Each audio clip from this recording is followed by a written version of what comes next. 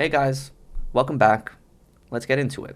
So let me tell you a little story about my life. This all really started when I was 20. It's the beginning of 2020 and I was in a terrible place. I was working two jobs trying to support myself while also going to university for a subject that I did not like. I had recently been promoted to manager at McDonald's for a whole $11 an hour and I ate there every single day. I was depressed, fat, and more stressed than I've ever been in my entire life. And after crumbling under the weight of all that responsibility, I got fired.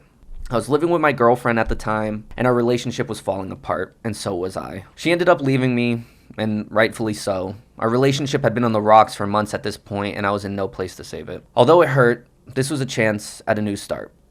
And then COVID happened.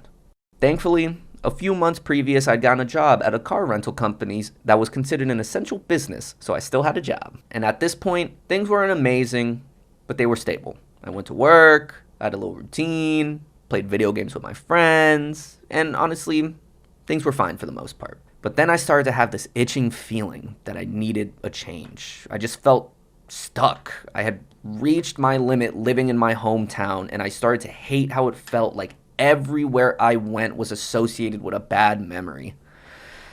I was in a dark and lonely place, and I needed a fresh start. I spent weeks inside thinking and dreaming of what my life could be like and what I really wanted to do. And I only ever had a few dreams that stuck with me since I was young. And one of those dreams was a promise I made myself as a kid that when I graduated high school, I would move to California. Now, I graduated in 2018, and 2.5 years later, I decided to finally make the leap. I made the decision that no matter what, I was going to find a way to move out in 30 days. I just couldn't live in Florida any longer. I learned that I could keep my job and transfer to a branch in California, so I got to keep a job. I saved all the money I could. I went on Facebook Marketplace and found a room to rent in a nice lady's apartment. And 30 days later, I'm packing up my car to head out on a week-long journey to the beautiful state of California. Now, this was an important turning point in my life. This is when I really started to learn that I was capable, that if I put my mind to something, I could make it happen. Now, I was scared, but I was more afraid of what my life would turn into if I stayed. At this stage, it was really hard to not sabotage myself. I had constant racing thoughts of everything from what if I completely fail to what if I die in a car accident on the way there. My mom always tells me things always work out like they should. And so this gave me some faith that no matter what happens, I would be okay. And I was. Life in California was a dream. I had my first real taste of freedom. For the first time in my life, I was fully independent. I moved to the city of Irvine and lived dead in the heart of UC Irvine, so it was really nice to be surrounded by people my own age. And during this time is when I met my first California friends. They've become key people in my life, and I love them to this day. They were a few years older than I was, and they'd all been friends for years. And I had just turned 21, so they brought me under their wing, they taught me how to party, and I just became one of the boys. But let's not get it twisted. It wasn't all sunshine and rainbows. I had my ups and downs, and after the honeymoon phase had passed, I was really in the thick of it.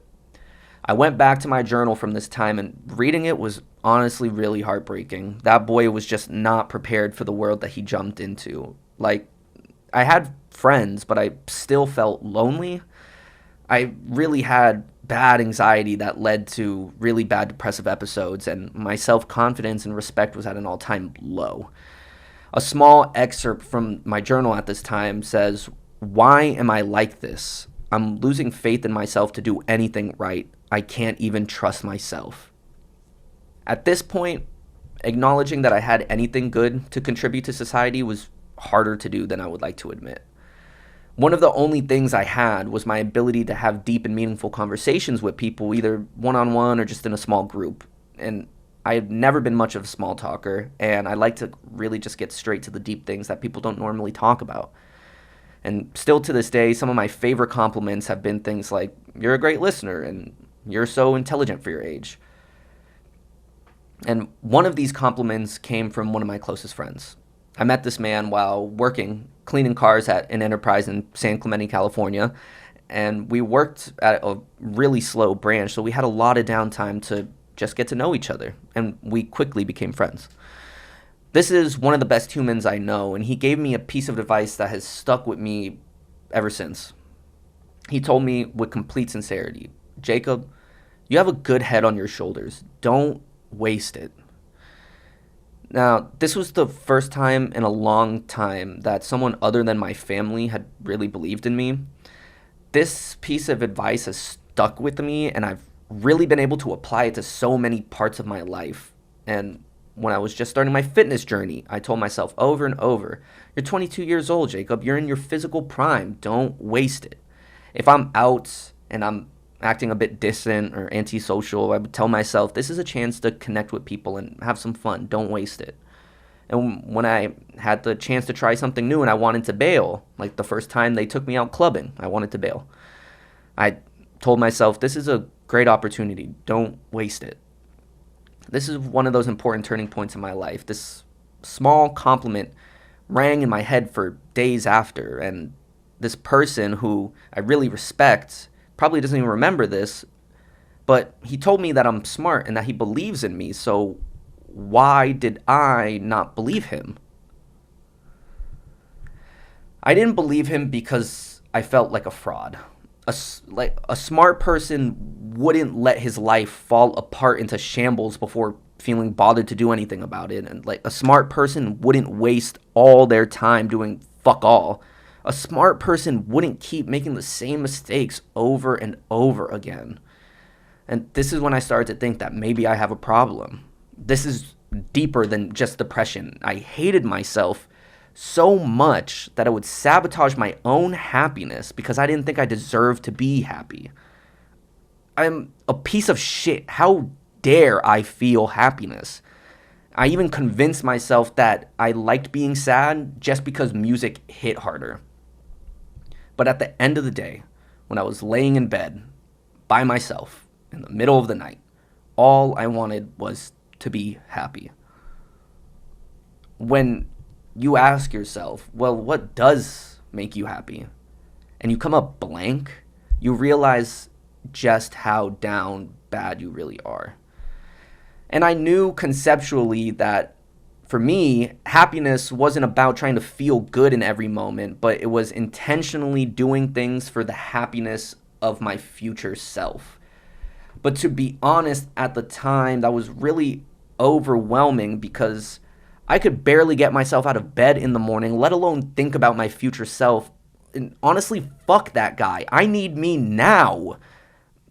I felt completely lost. I felt like I was starting to grow up, but I didn't like the person I was becoming. I was more anxious and more depressed, which was starting to manifest as anger and resentment. And because of that, I ultimately ended up destroying a lot of things in my life, and especially my relationships. The one that impacted my life the most was with a girl that I loved and lost. We were in a pretty toxic on and off relationship for the last 5 years. We never actually dated, but I'm just going to call it one for simplicity's sake. And it had been 6 months since I last heard from her, and like clockwork, she pops up in my phone and we start talking. And everything would always start off great. We would catch up. It felt like no time had passed, and we always just had good conversation. Like, I felt comfortable with her and was always so impressed and admittedly a little bit intimidated by just how freaking smart she was. And like, I felt like she understood me and I understood her on a level that I just didn't feel with many other people.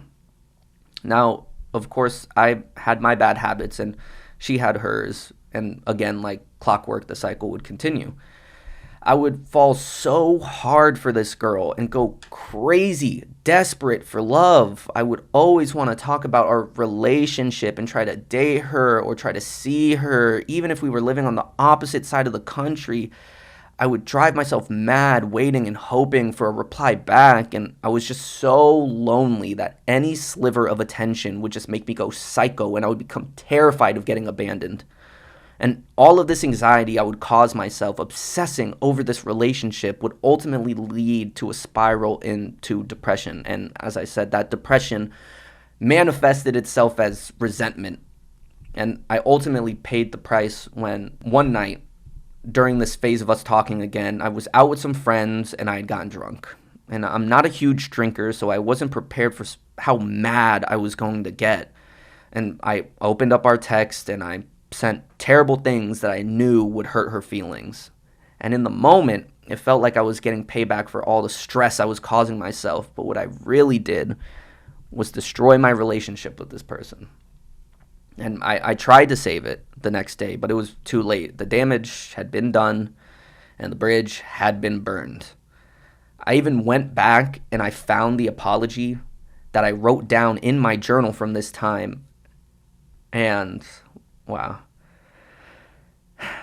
I haven't heard from her since, and rightfully so. I hate to admit it, but it took me an embarrassingly long time to get completely over this. Like, I asked myself over and over again, why can't I get over this?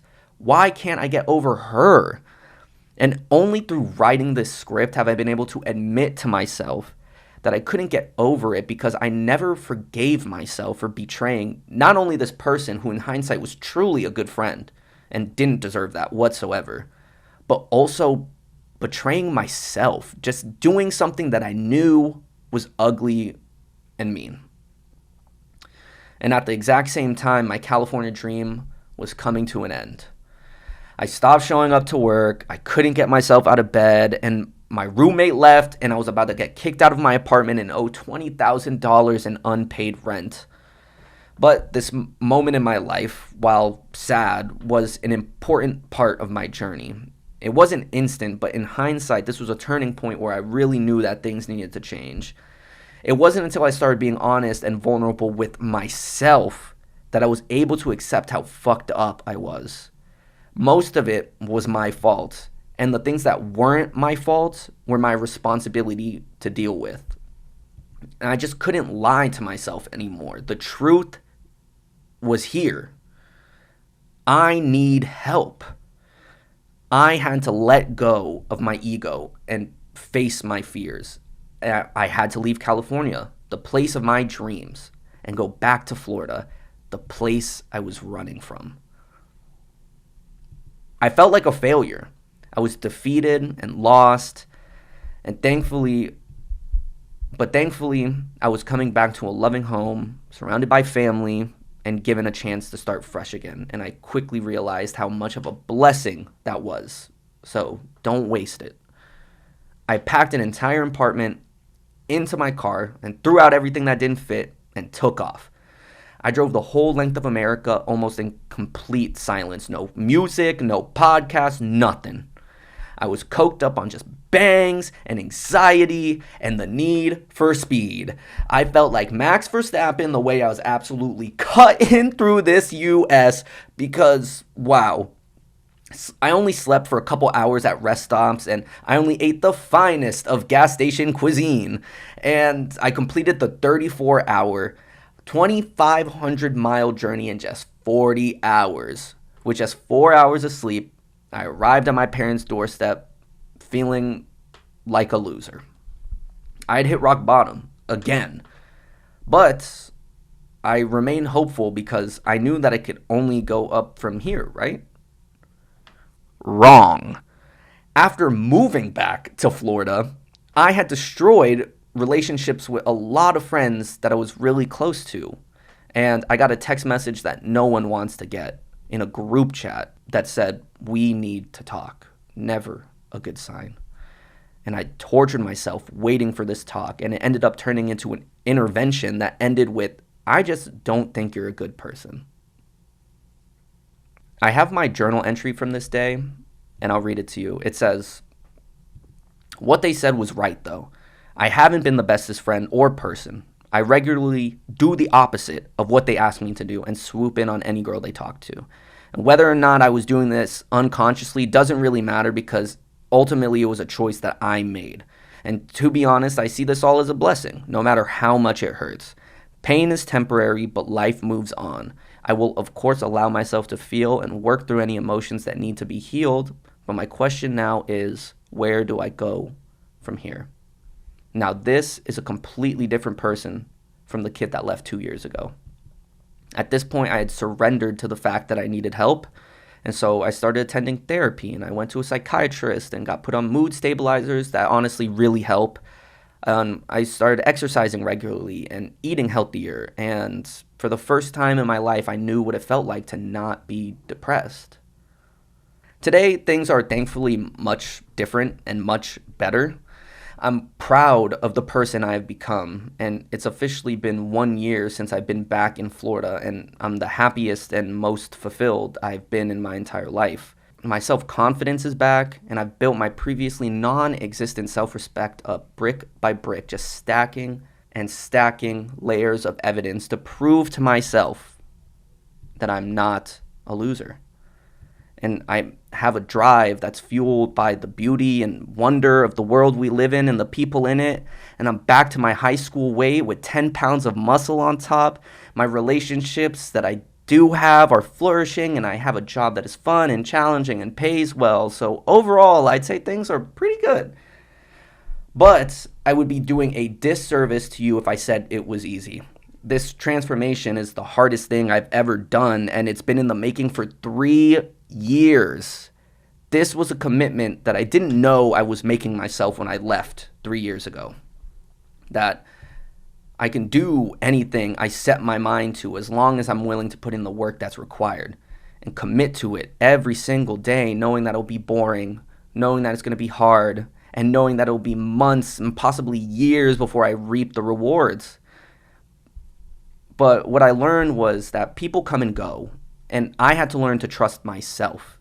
And I made a lot of mistakes on my journey and did things or didn't do things that I regret and admittedly still sometimes bother me to this day.